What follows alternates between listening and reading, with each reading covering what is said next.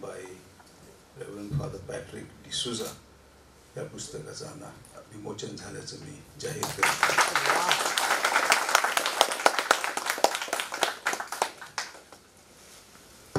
Thank you archbishop. आता e बुकचं अनावरण करण्याची विनंती मी फादर जॉन फर्गोस यांना करते.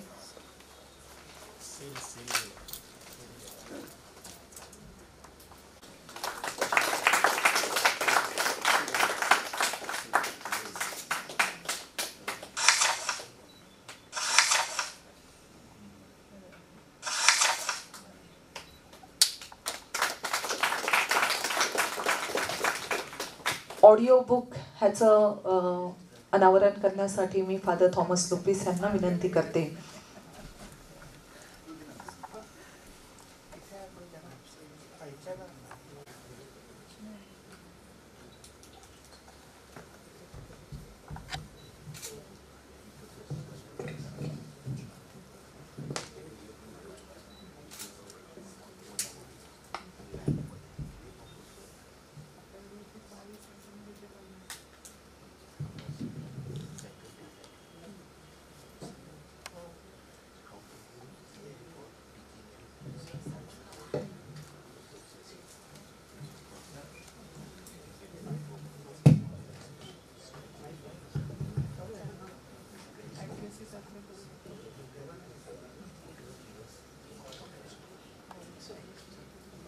फादरांच्या वेबसाईटवरती अवेलेबल असेल तर आपण नंतर नक्कीच जरूर ऐकावी. त्याचप्रमाणे आपण फादरांच्या वेबसाईटचं देखील ह्या ठिकाणी लॉन्च करत आहोत. मी डॉक्टर रॉबिन काकडे यांना विनंती करते की त्यांनी वेबसाईट लॉन्च करावी.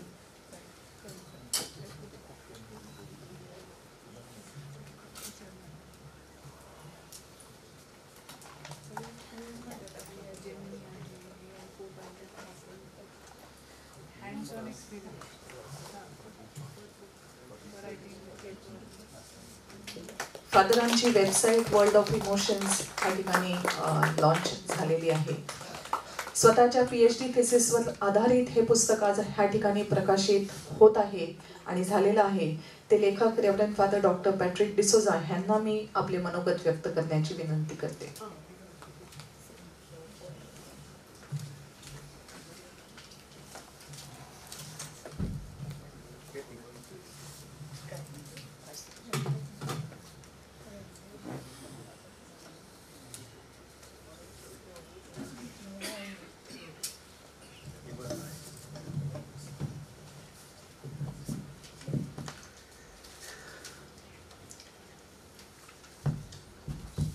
Archbishop doctor Felix Machado, father John Fargose, father Thomas कोपिस, माझी गाईड डॉक्टर रॉबिन काकडे आणि इथे उपस्थित आपण सर्वजण,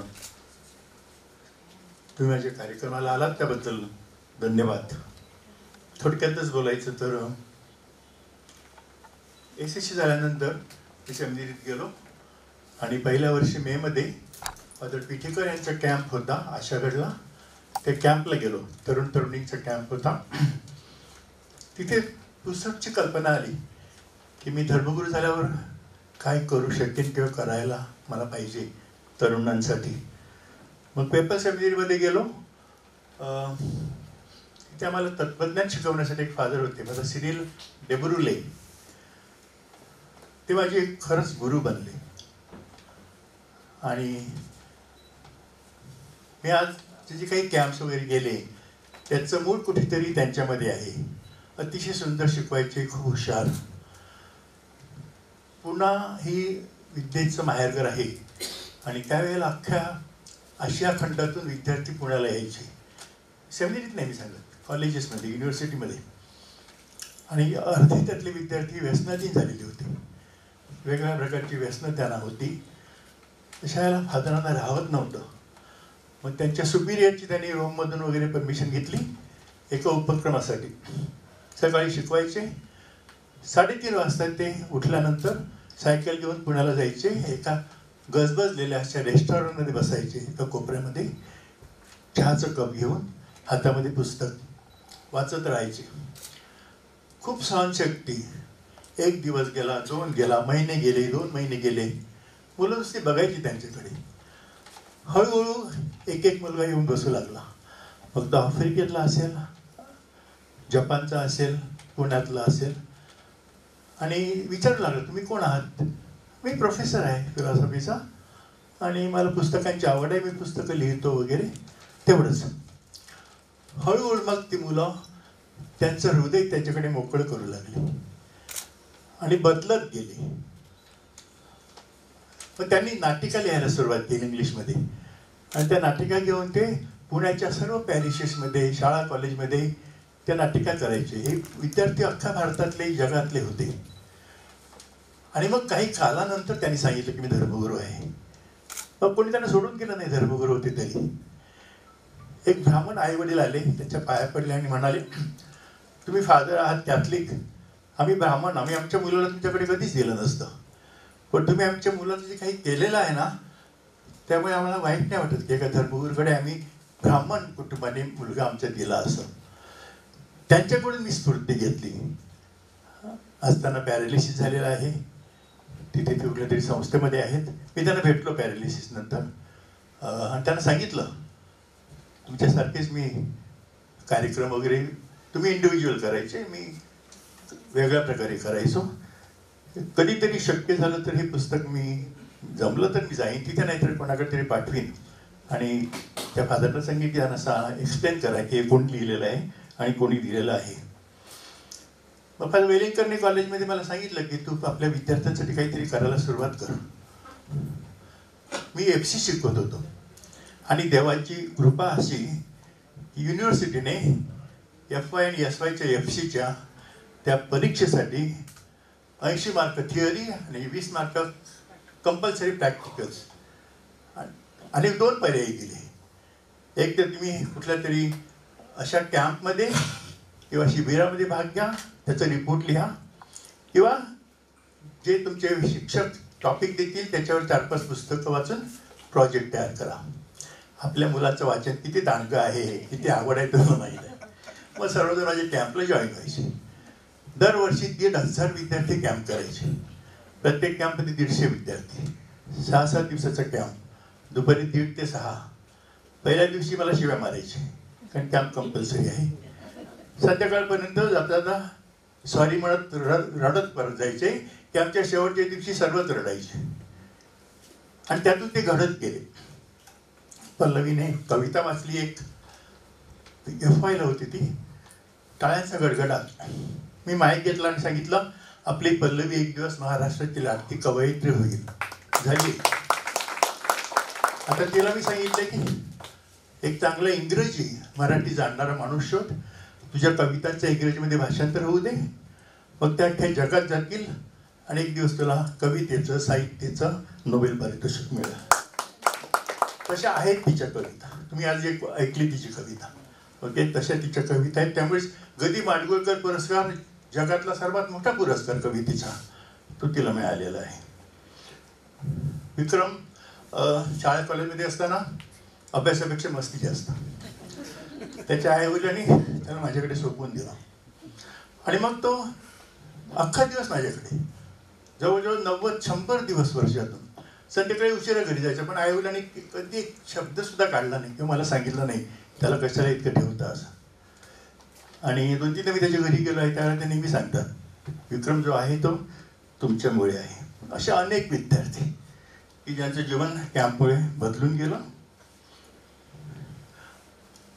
जगामध्ये वेगवेगळ्या सायकोलॉजिस्टने सरांनी सांगितलं त्याप्रमाणे एक IQ आहे, इंटेलिजन्स क्वेश्चन, EQ भावनाचा क्वेश्चन, SI सोशल इंटेलिजन्स सामाजिक, SPQ स्पिरिच्युअल क्यू आणि ॲडव्हर्सरी क्यू.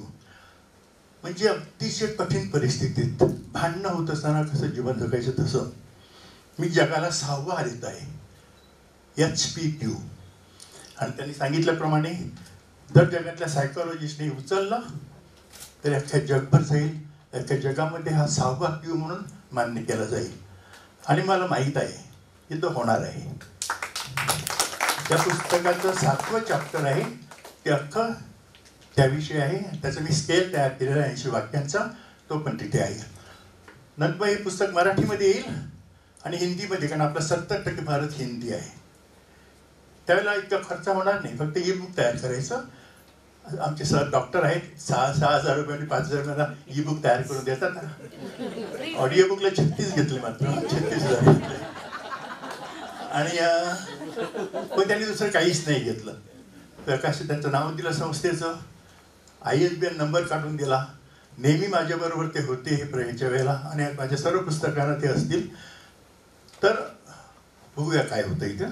त्या दृष्टीने हे पुस्तक मी माझ्या वेबसाईटवर फ्रीली डाउनलोड करण्यासाठी ऑडिओ बुक आणि ई बुक ठेवलेलं आहे. कारण जगातल्या गरीबातल्या गरीब विद्यार्थ्यांनी आणि लोकांनी माझं पुस्तक घ्यावं आणि वाचावं अशी माझी इच्छा आहे. आणि त्याची अशी व्यवस्था केलेली आहे की प्रत्येक मिनिटाला माझं पुस्तक किती लोकांनी घेतलं मला कळत जाईल. दररोज संध्याकाळी बघीन किती हजार झाले, पुढे मागे किती लाख झाले.